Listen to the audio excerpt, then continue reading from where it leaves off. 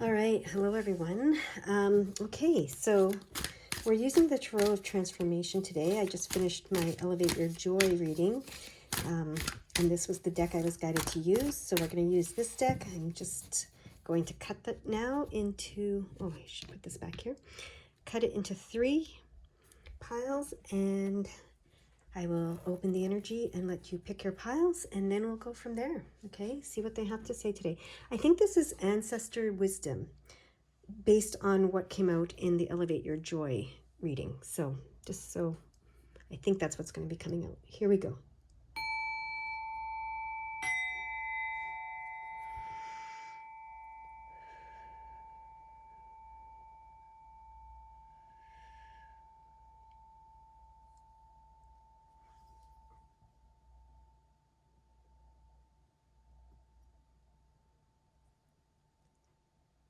All right. If you haven't picked a pile, you can pause the video and do so, but I'm going to start with the first group. So I believe this is something your ancestors want to say to you. Okay, that came out pretty quick. Let's see. Shattering the structure. 16 Kali. Very cool. Let's see what this has to say. Okay, shattering the structure. 16.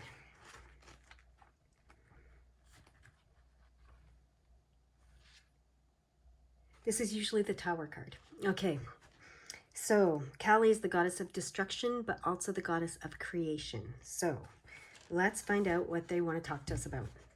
So traditionally, this card is called the Tower of Destruction, and it is depicted by a tower being struck by a bolt of lightning. It represents sudden, unexpected change in which some established pattern, form, or structure is shattered. Although it can be an inner structure, it is often the shattering of an outer structure that elicits deep inner change. In the Tarot of Transformation, we use Kali to represent this. Kali is the Hindu goddess of creation and destruction. In the West, we do not tend to see death as dissolution as the inherent part of creation that it is. Death and dissolution as the inherent part of creation that it is. We have separated the two and associate Kali more with the destructive aspect. Kali is the devouring mother who gives birth and consumes her own offspring, a cycle we see represented in the picture. Oh, interesting.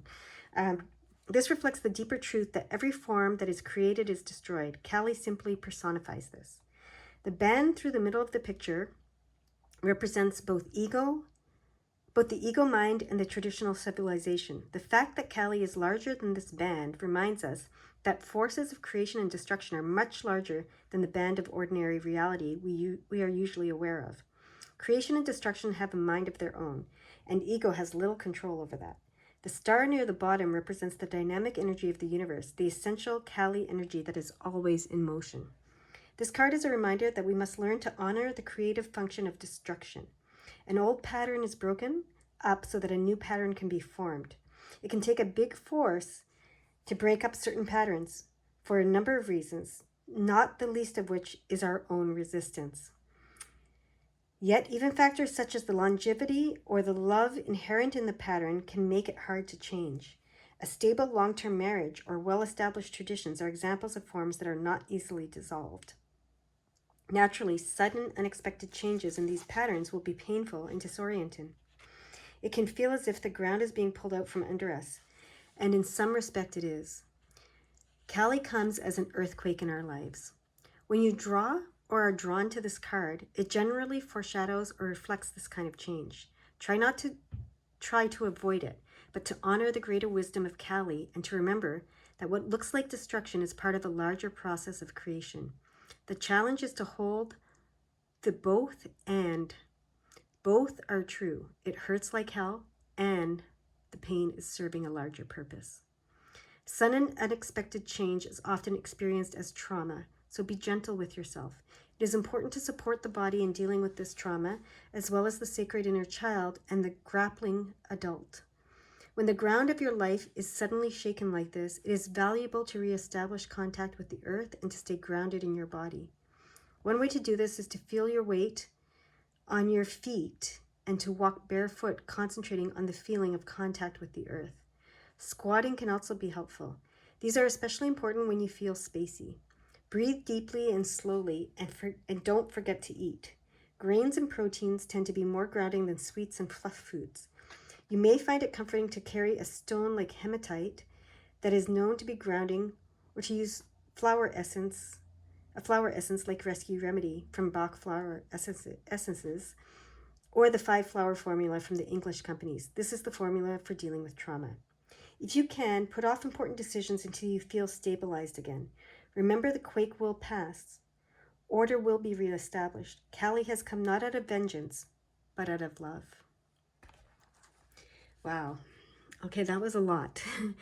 So, group number 1, I don't know what's going on in your life, but if you resonate with this, this is your reading.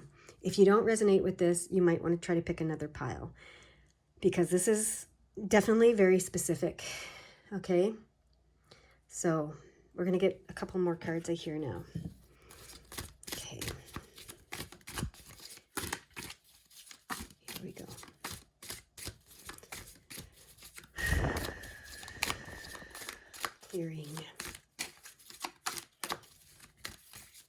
Clearing any resistance to hearing what our ancestors want to say about this. I'll just say this. I'm not going to try to qualify what this is. Okay. Clearing all resistance to receiving what our ancestors want to say next about this.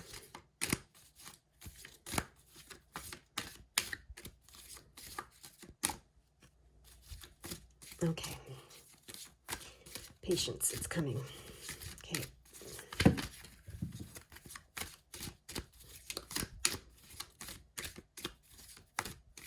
Sorry guys, you can fast forward this part. It's very boring. Here we go. We've got the 3 cards. Okay. Is it all 3 cards? It's this one. Dissolving into oneness. Cutting away the illusion. Agent of change. It is all 3 cards. Okay. Wow. This is definitely 3 cards that definitely go very well with this one and with the theme of group number 1.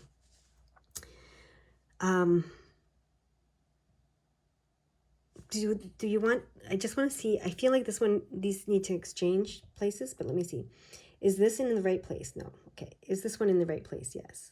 Is this one in the right place? No. So yeah, I feel like these need to go here, like this. That's the order to read them in. Otherwise, I could have just read them backward, I guess, but I don't know. I was guided to do that. So the Chariot, agent of change, which is what Kali is 100%. Okay. So I'm going to go to the Chariot card. These are longer, descriptions in this deck. So, but there's a lot. I find there's a lot of really good information, and so I find myself wanting to read the whole thing to you. Okay, so bear with me. Okay, change is inherent in many of the cards in this deck, but often that change is not our doing. Like the Tower card, the Kali card. In the Chariot, you are the agent of change. Oh, so this is reminding us that we brought this moment to us, okay? That's first thing I'm hearing. This card represents taking the reins in your hands, harnessing your personal will and getting things done. The image represents charging ahead, but doing so in a more feminine way.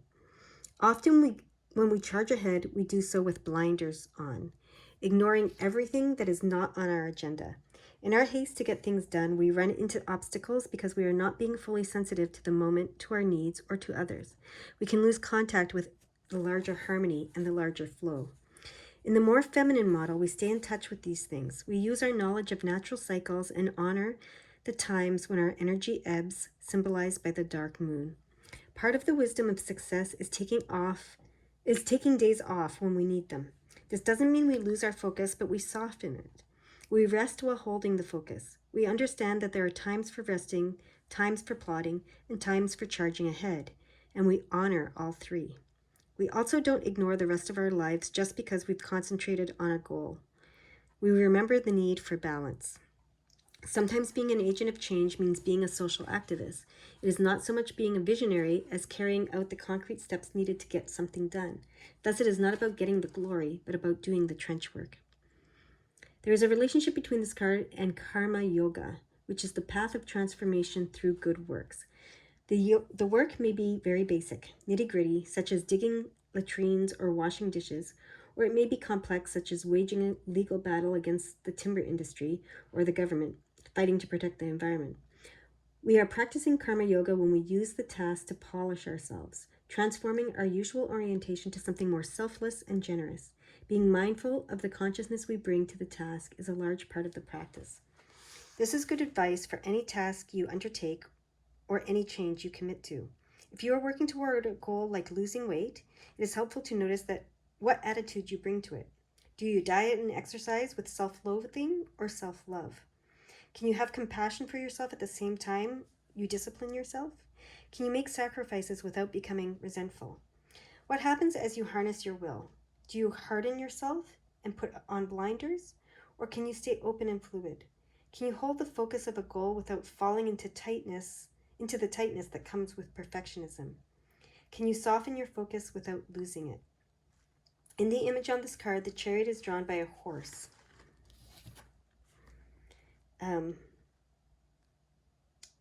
This can be seen as harnessing one's power and the energy of the body. The chariot is like magic. The chariot is like a magic vehicle in which the woman is riding through the heavens in tune with her destiny. Use this as a reminder that although you are involved in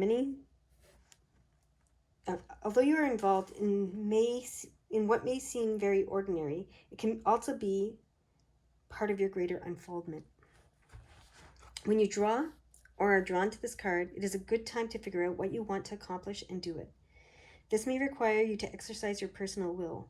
Perhaps it is working your way out of debt, getting in shape again, or taking a course of study. It might be charging ahead in a new direction or taking on a larger cause. It is helpful to align with the energy of this card and be the more feminine approach. The point is not to be full of bravado, charging blindly ahead only to be shot off your horse. The point is to get the job done and to do it so in a way that has integrity and is good for your whole being. Post this card as a reminder of that. Okay. So, as I said, this card reminded me very clearly that this shattering the structure you chose, it was a way to create the change that you wanted to create. So you need to remember that.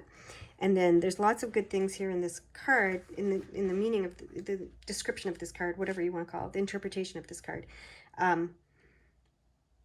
It's time to harness your own power, your own free will. So you need to be very clear about what you want to do with your power and your free will.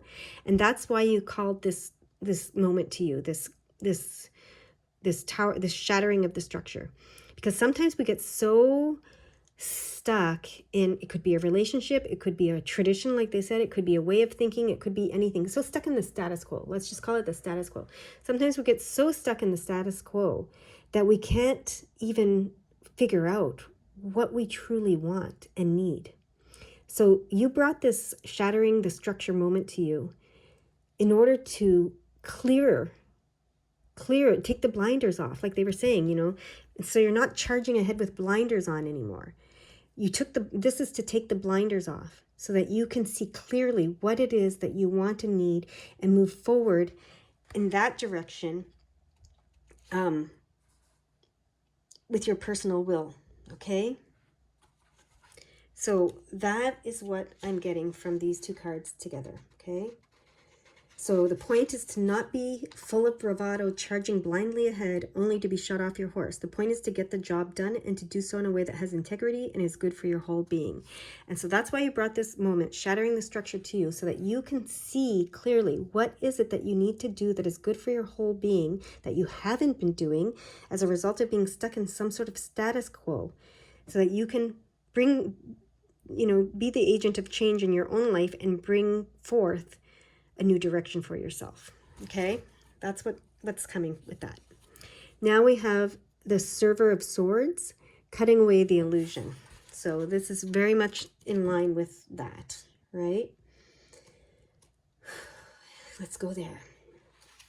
The server of swords wields the sword in the service of truth. He uses discriminating awareness to see what is false and combines this with good communication skills to confront others on their stuff, their pretenses and personal baggage. While the sword is often seen as a means of self-protection, here it is used to free others from their illusions. The server of swords is a warrior, not an aggressive warrior, but a spiritual one. The server is a warrior because he is willing to do battle rather than stay comfortable or safe. He was willing to put himself out for the sake of a larger cause. Although we are using the masculine pronoun in keeping with the male image in the card, we can all embody this energy. In the picture, the man has taken a stance with his feet planted firmly on the ground, and his sword is drawn, ready to cut away illusion. This card represents the art of skillful confrontation. It is about helping others see where they are not free. Starting with an agenda of changing others is not necessarily consonant with this. The server seeks only that others see the truth more clearly. Whether or not they want to change is up to them. Agent of change. You're becoming an agent of change. Through doing this for yourself, you may inspire others to do it, is what I'm hearing right now. Okay? So, here are some guidelines for skillful confrontation. Begin by first using the sword of discriminating awareness on yourself. Look at what motivates you. What do you hope to gain? If you feel a big emotional charge, find out what it's about. Feel into your relationship with the person and make sure you're feeling more compassion than judgment. You earn the right to confront others by earning their trust. Only when they know that you are not out to hurt them, but rather hold their highest good in mind, will they be able to receive your truth without defending. It is also important to ask permission to confront, especially in peer relationships. Timing is all important. The server wields the sword without shaming or blaming, and with the precision that is just right for breaking apart old structures and beliefs, shattering the structure. A good image here is the laser sword of science fiction. The sword of awareness is a beam of clear light. This card often comes up when you need to confront someone in your life. It may also be that you need to confront yourself. Although the server cards tend to refer more to helping others, take the time to get clear and to practice your communication skills if you're uncertain. Although skill is a big part of wielding the sword proficiently, what keeps the sword sharp is awareness training. It is an awareness that allows us to see the underlying dynamics, including your own motivations and distortions, and how to best sever the bonds of illusion. If you need to confront someone in your life, practice first with this visualization. Imagine yourself standing firmly on the ground, connected to the energies of the earth. Open your heart to the person you wish to confront. See clearly what you perceive his or her distortion to be. Imagine speaking your truth in a voice that is gentle and loving, yet clear and firm. Listen to their response with an open heart. So for some of you, this might be about a relationship, and that might have a lot of application. For some of you, it's about the healer you are and the teacher you are, just in general. And as you do this for yourself, you will show others how to do it for themselves, is what I'm hearing, okay? And now we have the One of Cups dissolving into oneness. All right, let's see what this card says. Hold on, I'm almost there. Okay, wands can represent a sense of wholeness and perfection, and the One of Cups reflects this on the emotional plane. We use this card to reflect the state of consciousness related to being in utero. It represents the merged state in which our needs are automatically met and we are completely nurtured. Although development requires that we emerge from this non-dual consciousness and learn to take care of ourselves, we can periodically dissolve back into the state of primordial union. It is a state of rest and satisfaction, an oceanic state graphically represented here by the confluence of womb and ocean.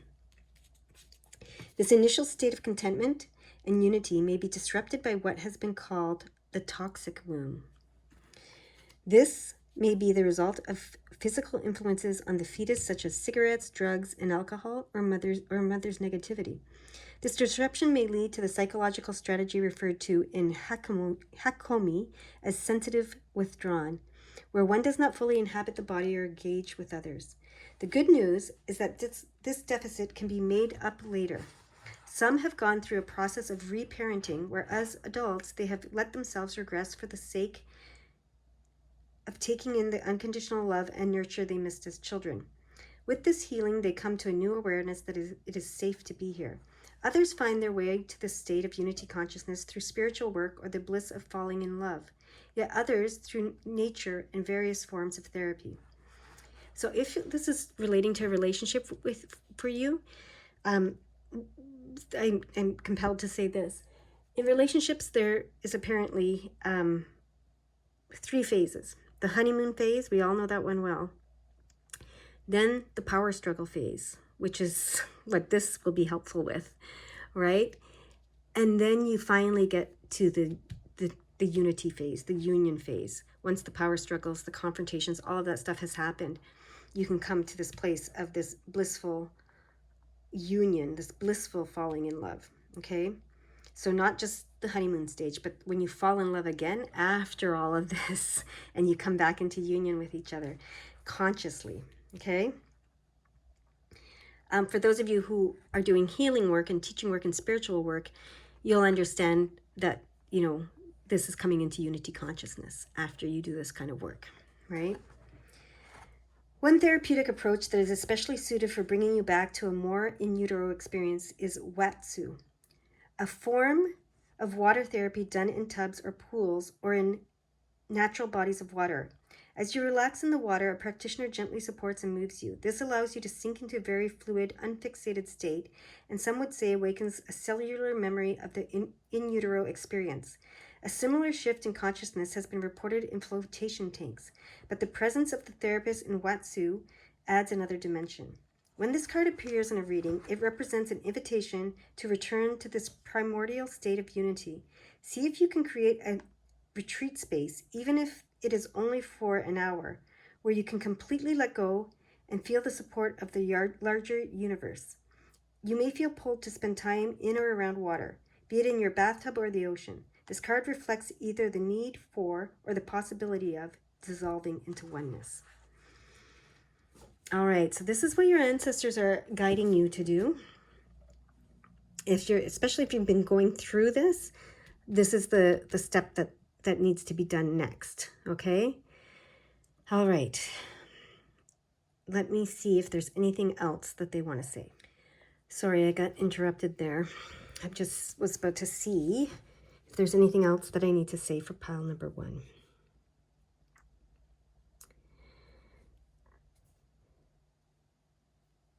I hear that's it. It's complete. So I was just to read these things. This book is very good. This deck is very good. So it's less about me interpreting or channeling anything for you and more about just providing this information and the cards coming out the way that they came out. So I'm going to move on to group number 2. I hope this helps you in some way. Bye-bye for now.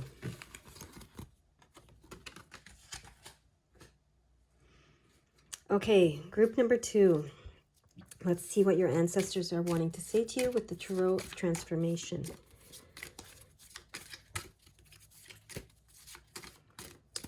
I'm hearing this is guidance on the transformation process that is specific to you that your ancestors have for you. Okay. There's not many cards for group number 2, so how should I do this? I'm hearing to lay them out because it's going to be weird shuffling them. I'll lay out these ones first and then I'll do the others. And we're just going to get the pendulum to pick which cards. Okay. Not that one. Not that one. Not that one. Not that one. And not that one. Okay. These ones can all go to the side now. And I'll lay out these next ones. These, there were 10 cards. So not the first 5. Let's see. This one, yes. Okay. This one, no. This one, yes. Okay. This one, no. This one, yes. Okay. Thank you. So 3 cards for this group so far. We might shuffle the others or look at the others in a minute, but this is what they want us to look at now. Okay, grounding for creativity, leaving the story. and human doing. All right. So this is guidance from your ancestors on a transformation process that you're going through that you might not even be aware of, or that they are asking you to go through. Okay. So One of Wands, which is the Ace of Wands, of course. Let's see what this book says. So in the first group, I was just to read what the book says. It's not about me interpreting it or channeling anything. You know, the channeling part is in the cards coming out the way that they came out. And then I'm just to read what the book has to say. So I think it's going to be the same for this one, this group, but we'll see. Okay, the One of Wands involves grounding the expansive, passionate, and creative fire energy represented in the Suit of Wands. We define creativity in a broad way as an expressive, generative energy that you can bring to every aspect of life. As the first card in this suit, the One is about providing the base needed to support this energy. We must have a container for the fire so it can grow. The container is provided by grounding, which means being centered and having a solid connection with the earth. This is particularly needed in modern cultures which have a more mental energy that tends to move us away from our bodies and disconnect us from the earth. Once grounded, the fire energy can be activated and harnessed in useful ways. Without this, the fire can get out of control and lead to scattered, unbalanced, or inflamed behaviors and states of consciousness. Grounding is particularly important when you find yourself feeling confused, overwhelmed, hypersensitive, or spacey. When an antidote is needed to any of these unbalanced states, try sitting on or walking on the earth barefoot if possible. It is always helpful to sense or imagine sending a cord down through the root chakra at the base of the spine and deep into the earth. Maintaining a strong grounding cord will help manage your fire energy, as well as all energies flowing through your system. The image for this card is a nature spirit demonstrating this process. She squats with flat feet, her root chakra against the ground, sending a cord of energy deep into the earth. It is a wide band of energy, ideally the width of the hips. This supports the fire you see pictured in the root chakra. She is also open to the energy above. When you are drawn to this card, it often indicates that a new creative spark wants to take form. The fire energy wants to rise in you, bringing more expansion and passion into your life. Make sure you're grounded and centered so you can handle it. Okay, the next one, Ten of Swords, leaving the story. Okay, let me find that one. Where are the swords? Here we go.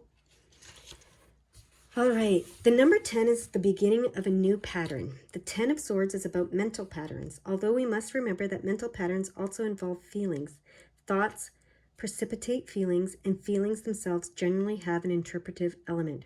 A feeling comes into focus within a particular context that gives it meaning. Thoughts, feelings, and self-images are the warp and woof of mental patterns.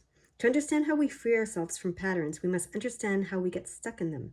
Patterns are like mental grooves. The more often our thoughts and feelings go down certain channels, the deeper those grooves become. We think the same old thoughts and have the same old feelings. The deepest of these complexes is sometimes referred to as our story. Because we have run this story again and again, it is not just a groove, it's more like a pit, a giant hole we can easily fall into. The further we fall into the pit, the harder it is to get out.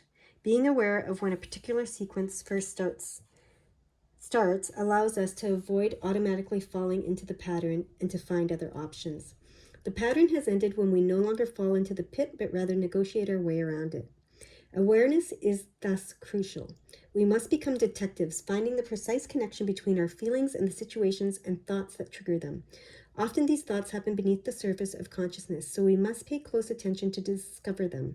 Once they become conscious, we can shine the light of objectivity on them.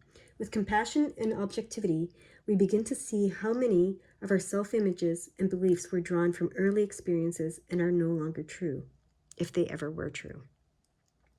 In this picture, the layers of the canyon reflect the layers of our story and how deep it is. At the bottom is a core pattern that we are organized around. It is illuminated here by the light of awareness.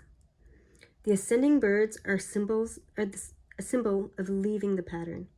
The fact that they rise in a spiral reminds us that our work on our patterns is something we do again and again. It is easy to get discouraged by this and forget that we are indeed moving forward. It helps to remember that this may be a pattern we've been living out for many lives, and that changing this pattern is a major part of our life work. It is as if each time we identify with the story, we get sucked back down into an energy vortex, and each time we disidentify, we rise to a higher and freer perspective. Freedom is getting out of the canyon, out of the ruts of our mind that have obstructed the radical openness of our true nature. This is liberation. You leave the story behind, realizing that it is just a story, just one of many possible ways to configure your experience. It helps you to step out of a pattern generated and maintained by the mind if you can step more fully into the present moment, focusing on your body and particularly the animating presence within your body. In one way to anchor yourself in the here and now. Is one way to anchor yourself in the here and now. Presence supports what is, and whatever is false then falls away. Another thing that can help you let go of dysfunctional patterns is to cultivate a loving attitude toward yourself. When you see yourself through the eyes of love, it helps you let go of the inner criticism and unloving views inherent in many of the patterns. To play with this a little and make it more concrete, you might write a fairy tale version of your life story. Who is the wicked witch? Who is the wise old man? What character do you play? What is your role in the drama? This is a powerful card. When you get it in a reading, it suggests that you are ready to take a step of disidentifying from your story. Embrace the task if you can. It is warrior's work. Okay, so you need to leave this story behind in order to get this creative spark and passion going again. So these two things go together, and it's not by mistake that these cards came out, right? So there is a spark that wants to be reignited in you. You need to leave this story behind, okay? So this is advice from your ancestors around the transformation that you're either going through. So you might recognize that this is already happening in your life, or that you are being asked to go through, okay? So now we have the Eight of Cups, the human doing card. I do have an idea of what this is about because I've read this one before. But I will read it from the book as I'm guided to do. Okay, this card is about getting over-involved in doing. Our experience of being gets lost when we put too much emphasis on doing, whether in work, hobbies, activities, or achievement. Instead of being a human being, we become what some have called a human doing. So this could be the rut that you're stuck in. This pattern usually begins early when, as children, we feel that the only thing that brings attention or is praised is what we can do. The message that our value is related to accomplishment gets deeply embedded in our consciousness. This can lead to taking on the strategy known as industrious overfocused, characterized by working very hard and resisting distractions. Under stress, people with this pattern work even harder. They feel great pressure to perform and to make things perfect. They stick like glue to a task when what is needed is to be able to leave the task and regenerate. Without this regeneration, those who are overfocused burn out. This fits with the interpretation of this card in other decks, which focuses on being drained and overextended. The evenness of the 8 seen in the 8 of Swords or the 8 of Discs is missing in the 8 of Cups. And if you're burnt out, you cannot have this, you cannot ignite this fire of creativity. So I'm just noticing that, right? So this makes so much sense. When you focus excessively on accomplishment, you are too busy to feel. This may be one motivation that keeps the strategy going. If you are a compulsive doer, you may be afraid of feeling empty inside or feeling emotional discomfort. The busyness keeps you from noticing how disconnected you are from yourself, from spirit, and from others. It's a lonely existence avoided by frantic activity and focused work. Of course, this emphasis on accomplishment and staying busy are totally reinforced by industrial cultures. In many companies, employees are expected to routinely put in more than 40 hours a week, often taking work home. Even school children are weighed down with classroom assignments and extracurricular activities. As a culture, we have gone so far into doing what we serious into doing that we seriously neglect being. This results in a mechanical nature that is portrayed in this picture. Here is a man who feels like a cog in a wheel with a very lonely inner child. When this card comes up in a reading, it is a good time to look at your relationship with doing. Remember to include not just paid work, but other activities as well. Some people become compulsive about housekeeping or gardening, where there is always more that can be done. It is not that these activities are bad. The question is how you're using them. Do you get nervous if you suddenly have some free time on your hands? Are you afraid to stop and feel? Do you use activity to cover up a sense of emptiness or disconnection? The focus in this card is on underlying motivations and your relationship with being. If you sense that doing is disconnecting you from being, it is time to stop and tune in again. And that makes so much sense, because to be creative, you have to be in that state of just being and not perfectionism and not, doing it to accomplish anything. You're just doing it to create, right? To be, to express who you are as a being. So this makes so much sense.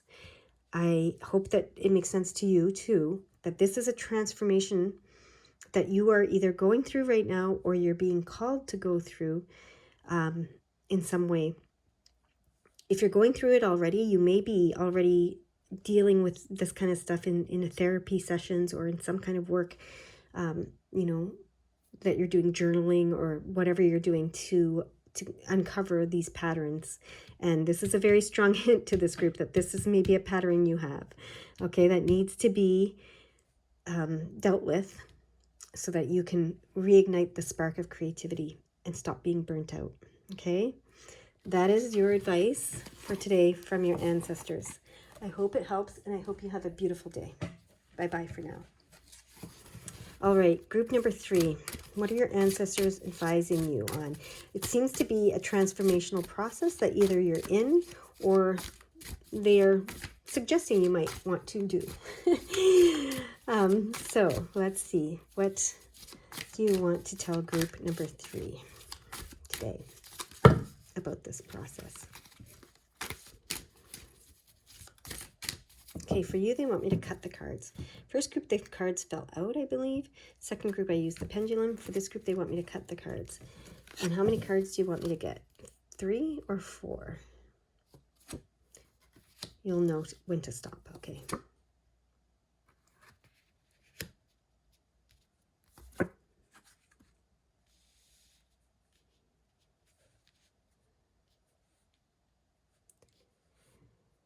Three cards, okay. You've got all you need, I heard. So, okay, so joyous flow, 10 of cups. I'm going to see, give me a second. I want to see if they're in the right order. Is this card where it's meant to be? Is this card where it's meant to be? Okay, so they are in the right order. I just wanted to check that because one group, they came out in a different order and I was asked to check it. I think that was the first group. Okay, the 10 of cups. So in this reading, I'm not doing a lot of interpreting. I'm doing just delivering this message. The cards came out the way that they came out, and that's kind of the channeling part of this. And then I'm just going to be reading from this book because this book is very good at expressing what it needs to express. And so I'm just going to read from this book. All right. Sorry about that. I got interrupted. So I'm just going to start reading, as I think I was explaining. Just going to start reading and see what comes, okay? So, 10 of Cups, joyous flow. So, I'm just going to say before I start reading that it appears that your ancestors want you to be in joyous flow. So, this is some advice on how to get there, I believe. Okay? So, the 10 of Cups represents being at home in the emotional world. It signifies a sense of comfort, familiarity, and freedom. By the time we get to this stage, we have journeyed through a vast range of emotional experiences and learned how to stay fluid with them. Emotions become a more joyous flow when we are no longer hiding behind defensive strategies or identified with limiting self-images. There's a strong parallel here with the 10 of Swords, leaving the story. That was in the last group, too, so you might want to watch group number 2. In terms of freedom from habit structures and dramas. Okay, and freedom from habit structures and dramas was part of group number 1. So you might want to watch all 3. Okay. In keeping with the suit of cups, the focus here is less on underlying mental structures and more on emotional freedom. One of the most common meanings assigned to this card in other decks is contentment. What is contentment, really, but the ability to be at peace with what is, not needing things to be any different than they are? Contentment is resting in the moment.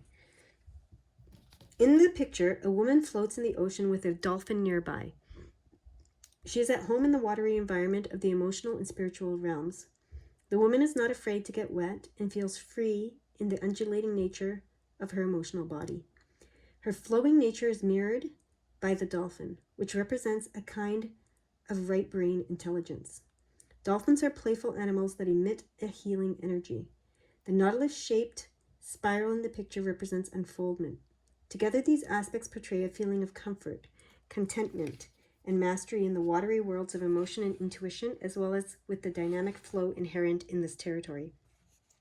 This is a state that comes not from chasing it, but by being present with whatever arises. If you are trying to control what you feel or to repress a more congested state, you just stay caught in it. But when you simply feel the feelings and let the charge release, you open up more space and feel a sense of expansion, freedom, and joy. When this card comes up in a reading, it suggests that you are becoming more comfortable with your emotional world, or perhaps that this is needed. It is an invitation to step out of defensive strategies and flow with your feelings. All right, One of Swords. We will go to that one. Point of origin.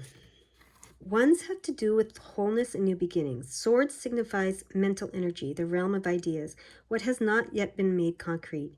They represent the patterns behind the forms discernible to the most discriminating awareness. The One of Swords portrays the process of these ideas and patterns coming into consciousness.